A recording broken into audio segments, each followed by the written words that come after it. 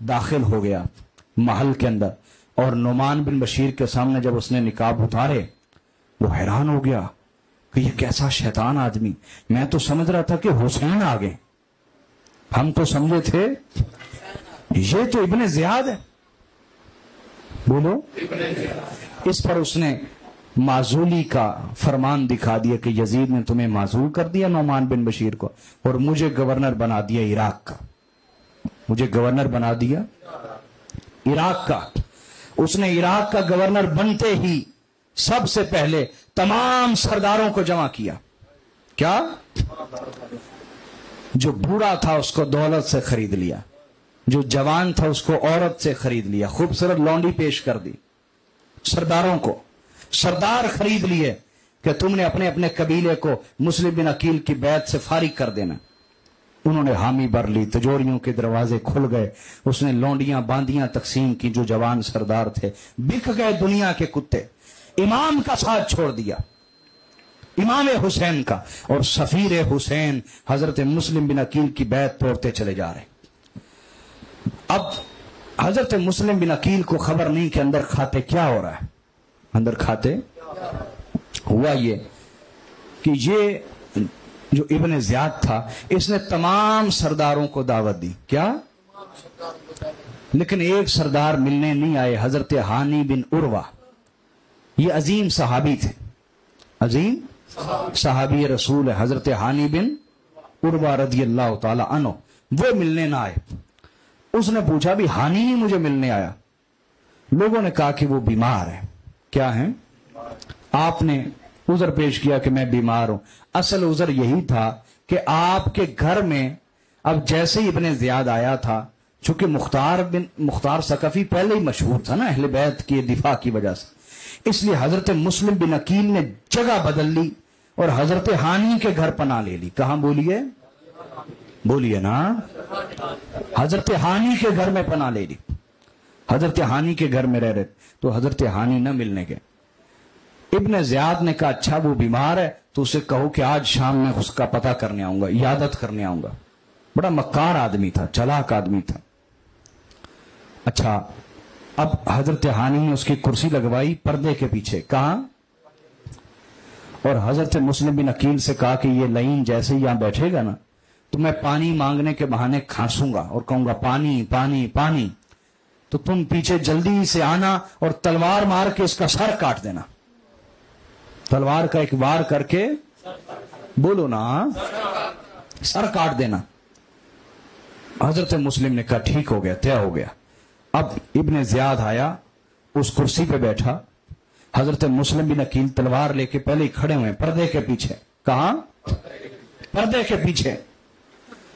تو حضرت ہانی کھانسے، اشارہ تھا کہ نکل کے گردن کاٹ دو اس کی، کھانسے، کہا پانی پانی پانی مانگتے رہے۔ حضرت مسلم بن عقیل باہر نہیں آئے، وہ کہتے رہے لیکن وہ باہر نہیں آئے۔ جب ابن زیاد چلا گیا تو حضرت مسلم روتے ہوئے باہر آ گئے، کہا اے مسلم کتنا اچھا موقع تھا اس لعین کو مارنے کا، کیوں نہیں قتل کیا؟ کہا مجھے رسول اللہ کا ایک فرمان یاد آ گیا کہ رسول اللہ صلی اللہ علیہ وسلم نے فرمایا کہ مومن خیانت نہیں کرتا، اور ایک مولا علی کا فرمان یاد آ گیا کہ مولا علی نے فرمایا ہم جس پہ بھی وار کرتے ہیں سامنے آ کے وار کرتے ہیں، پیٹھ پیچھے کبھی وار نہیں کیا کرتے۔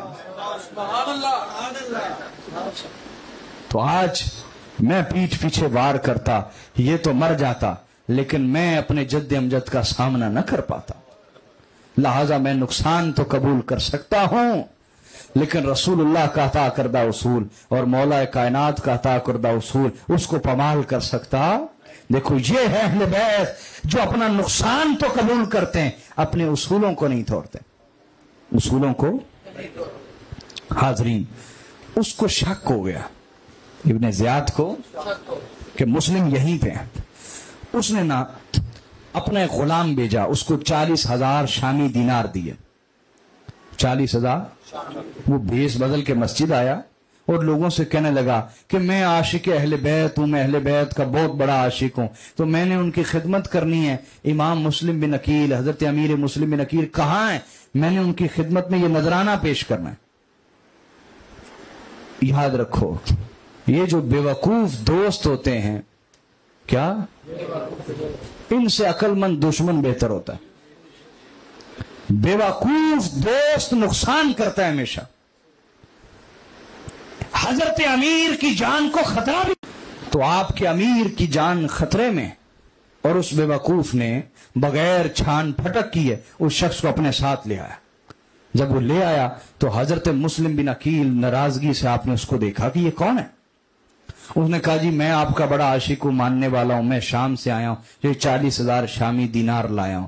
آپ نے فرمایا یہ 40,000 شامی دینار تیری طرف سے ہیں یا بہت سے لوگوں کی طرف سے کیونکہ دینار بہت قیمتی ہے نا سونے کا سکہ ہوتا ہے وہ اربوں روپے رقم بنتی تھی اربوں روپے. کہا تیری طرف سے یا بہت سے لوگوں کی طرف سے. کہا جی بہت سے لوگوں کی طرف سے. تو آپ نے فرمایا یہ کیسے ہو سکتا ہے جو رقم بہت سے لوگوں نے دی وہ بالکل ایگزیکٹ 40,000 ہی دینار ہے نہ کم ہے نہ زیادہ ہے.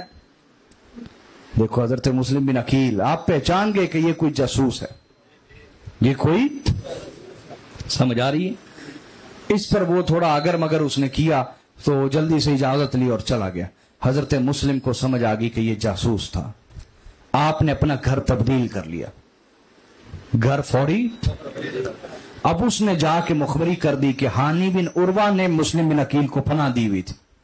اس پر ابن زیاد میں نے بتایا حضرت ہانی بہت بڑے سردار تھے اپنے قبیلے کے لیکن ان کے گھر پولیس کو بھیج دیا. انہوں نے نہ عورتوں کی حیا کی نہ بچوں کی حیا کی. قتل و غارت کرتے ہوئے لوٹ مار کرتے ہوئے حضرت ہانی کو گرفتار کر کے لے گئے ابن زیاد کے پاس. اس پر ان کا پورا قبیلہ مشتعل ہو گیا تلواریں لے کے آ گیا کہ جب تک حضرت ہانی کو رہا نہیں کرو گے ہم محاصرہ نہیں چھوڑیں گے.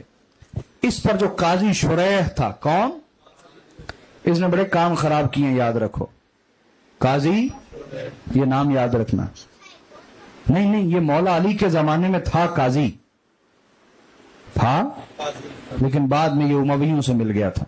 قاضی شریح اس نے قاضی شریح کو بھیجا کہ ان کو تسلی دیں کہ ہانی بن عروہ زندہ ہیں سلامت ہیں ٹھیک ٹھاک ہیں. ٹھیک قاضی شریح پہ اب لوگ اعتبار کرتے تھے کیونکہ قاضی تھا. لوگوں نے محاصرہ توڑ دیا محاصرہ.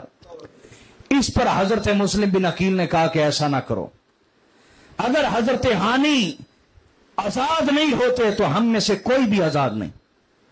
ہم میں سے کسی پہ بھی حملہ ہو سکتا ہے کسی پہ بھی. لہذا اٹھو اور حضرت ہانی کو آزاد کرواؤ. حضرت مسلم بن عقیل کے کہنے پر جو بہت بڑے سردار تھے جن کے ساتھ ہزاروں جوان تھے افراد تھے سپاہی تھے ان کا نام تھا سلیمان بن سرد الخزائی. سلیمان بن سرد کیا نام ہے یہ بہت بڑے صحابی ہیں سلیمان بن اور یہ صحابہ کے اندر عالم تھے صحابہ کے اندر. ان سے خطا ہو گئی انہوں نے حضرت امیر مسلم سے اختلاف کر لیا.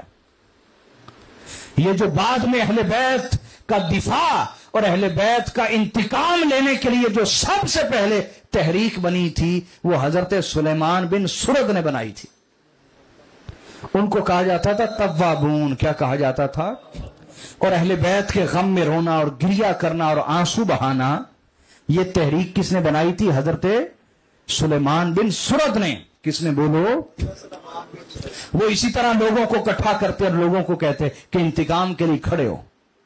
انتقام کے لیے یہ بعد میں جو انتقام کی تحریکیں چلی ہیں سب سے پہلی تحریک کس نے چلائی؟ سلیمان بن سرد. یہ عالم صحابی تھے لیکن ان سے خطا ہو گئی وہ یہ انہوں نے کہا حضرت مسلم بن عقیل سے کہ یہ اختیار آپ کے پاس نہیں ہے کہ آپ جنگ کا آغاز کریں یہ اختیار امام کے پاس ہے. حضرت مسلم بن عقیل نے کہا ایسا نہ کرو امام نے مجھے سفیر بنا کے بھیجا میرا فیصلہ امام کا فیصلہ میرا فیصلہ. انہوں نے اختلاف کر ڈالا حضرت مسلم بن عقیل سے. ان کی وجہ سے امام کے ہاتھ پر بیعت کرنے والے 2 حصوں میں تقسیم ہو گئے 2 حصوں میں. اور مختار بن ثقفی مختار بن عبید اللہ ثقفی مختار ثقفی ان دنوں عراق میں تھے ہی نہیں کوفہ میں وہ دور دراز کے قبائلی علاقوں میں گئے ہوئے تھے امام کی بیعت لینے کے لیے. انہیں تو خبر ہی نہیں ہوئی کہ حضرت مسلم بن عقیل کب شہید ہو گئے اور کیا معاملہ ہوا. سمجھ آ رہی بات کیا نہیں؟ یہ جو کہتے ہیں نا مختار کہاں تھا اس وقت جب کربلا کا واقعہ ہوا؟ جب حضرت مسلم بن عقیل شہید ہوئے، مختار اس وقت امام کی بیعت لینے کے لیے قبیلوں میں گئے ہوئے تھے، اور جب امام حسین علیہ السلام کا واقعہ ہوا کربلا میں، اس وقت مختار ثقفی گرفتار تھا، جیل میں تھا اس وقت۔ لہذا ایسا نہیں کہ یہ کہتے کہ اس وقت کہاں تھا مختار، نہیں، یہ اس وقت جیل میں تھا، اس نے پہلے ان کو گرفتار کیا تھا، بعد میں لشکر بھیجا تھا کربلا میں۔ آ رہی بات سمجھ میں کہ نہیں؟ بولیے، ہماری بیٹیوں کو بھی اللہ سلامت رکھے۔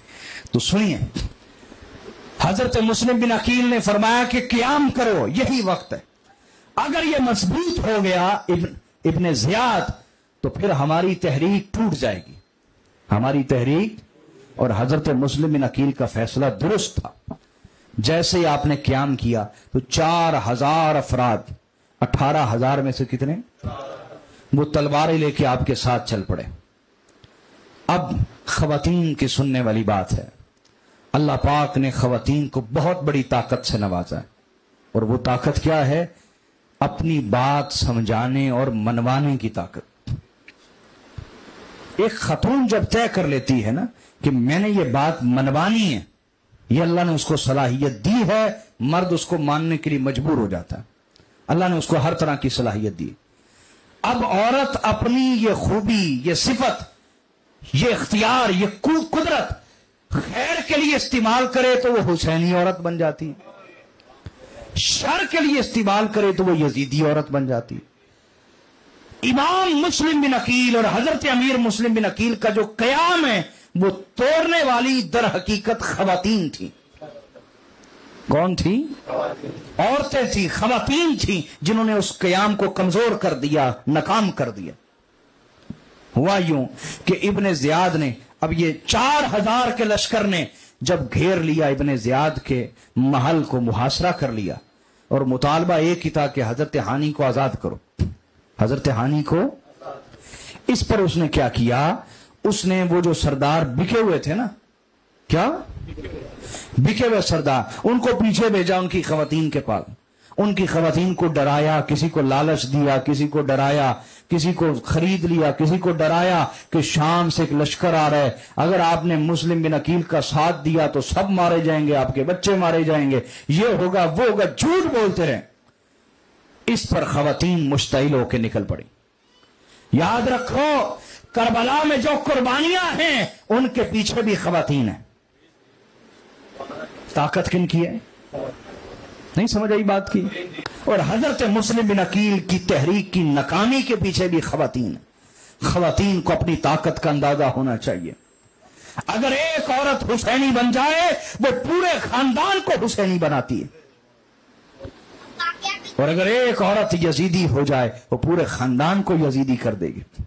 حضرت مسلم بن عقیل، ان کے قیام کو توڑنے کے لیے عورتیں نکل پڑی۔ کوئی اپنے شوہر کو کھینچ رہی ہے کہ اگر تم ساتھ نہیں دو گے تو بندوں کی کمی ہے، تمہارے ساتھ ہو جانے سے کون سا اضافہ ہو جانا، چلو تمہیں اپنی بیوی کی فکر ہونی چاہیے، تمہیں اپنے بچوں کی فکر ہونی چاہیے۔ کسی کی ماں آ گئی، میں نے تمہیں بڑی مشکل سے پالا پوسا ہے، تم اگر مر گئے تو کیا بنے گا، میرا کیا بنے گا۔ خواتین کے جملے جو مردوں کو جذباتی کر دیتے ہیں۔ حضرت مسلم کا قیام ٹوٹ گیا۔ قیام بولیے، ظہر کے وقت 4000 لوگ تھے ساتھ، کتنے؟